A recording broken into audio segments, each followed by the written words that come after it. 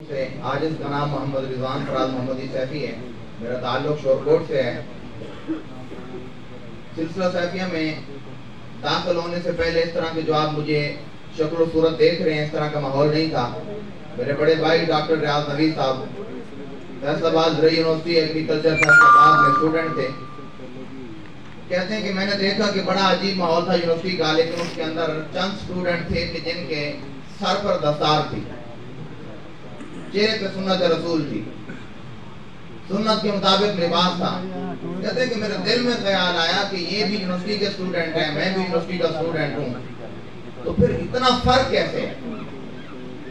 باتیں میرے دل میں خواہش ہوا, شوق پیدا ہوا, سرکار کی خدمت میں حاضر ہوئے. سرکار نے اپنی غلامی میں قبول فرمایا. انتہائی توجہ کے ساتھ میں مختصر کر رہا ہوں. باتیں سرکار کی خدمت میں حاضر ہوئے, آپ نے اپنی غلامی میں قبول فرمایا. وقت گزرنے لگا. سرکار نے نہیں فرمایا کہ بیٹا داڑھی رکھ لو, سرکار نے نہیں فرمایا کہ دستار رکھ لو, لباس بدل لو, صحبت بدل لو, ماحول بدل لو, کچھ نہیں فرمایا. فرماتے ہیں دیکھتے دیکھتے سر پہ دستار آ گئی, چہرے پہ سنت رسول آ گئی, لباس بدل گیا, دوست بدل گئے, یار بدل گئے. جب یہ سارا کچھ بدلا تو پھر گھر والوں کو بھی خیال آیا کہ ہمارا کوئی بیٹا بھی ہے.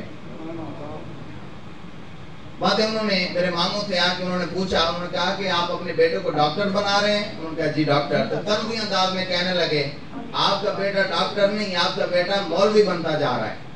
تو آپ کو مشورہ یہ ہے کہ آپ اسے یونیورسٹی سے نکال کر آپ کسی مدرسے میں داخل کروا دیں.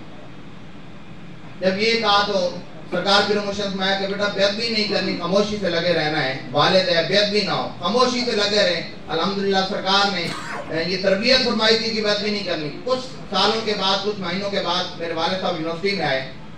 جب آ کے دیکھا کمرے میں بیٹھے, تھوڑی دیر بعد کہنے لگے کہ بیٹا آپ کے کمرے سے مجھے سمیل آ رہی ہے, بدبو آ رہی ہے.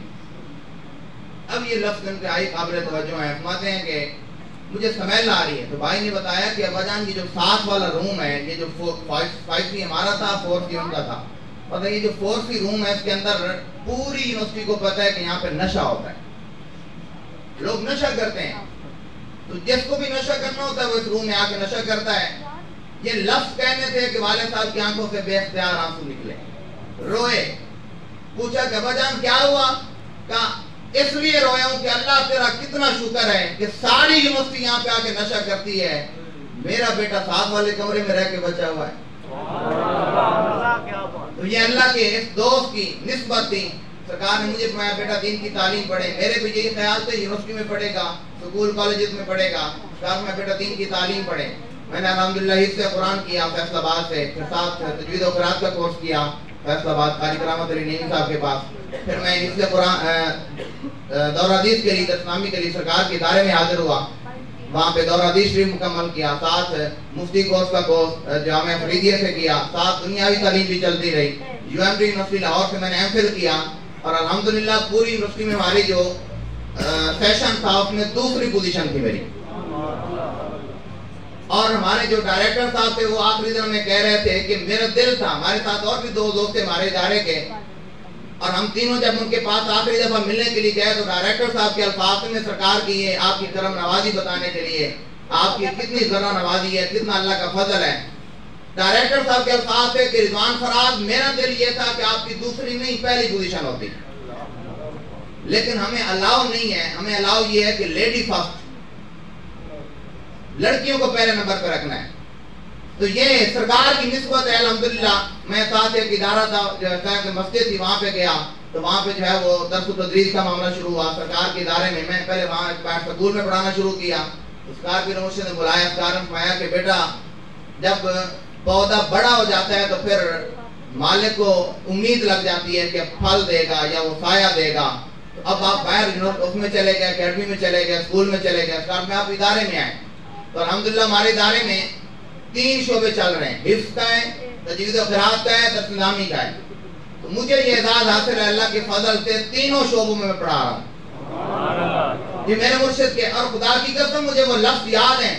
جب میں پہلی دفعہ اس طرف آنے لگا تھا تو میرے دوست, میرے کزن, رشتہ دار, دوست احباب آئے اور آ کے مجھے کہا کہ آپ سنیں مولوی بننے کے لیے جا رہے ہیں.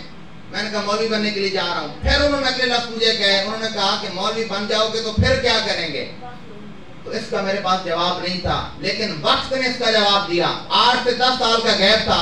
اس کے اندر میں صرف یہ اتنا کہوں گا کہ 10 سالہ زندگی میری بھی گزری، ان کی بھی گزری، میں حافظ قرآن بھی بنا، تجوید و قرات بھی کی، دورہ حدیث بھی کیا، مفتی کورس بھی کیا، ایم فل بھی کیا، اور ساتھ اللہ کا قرآن بھی پڑھا رہا ہوں۔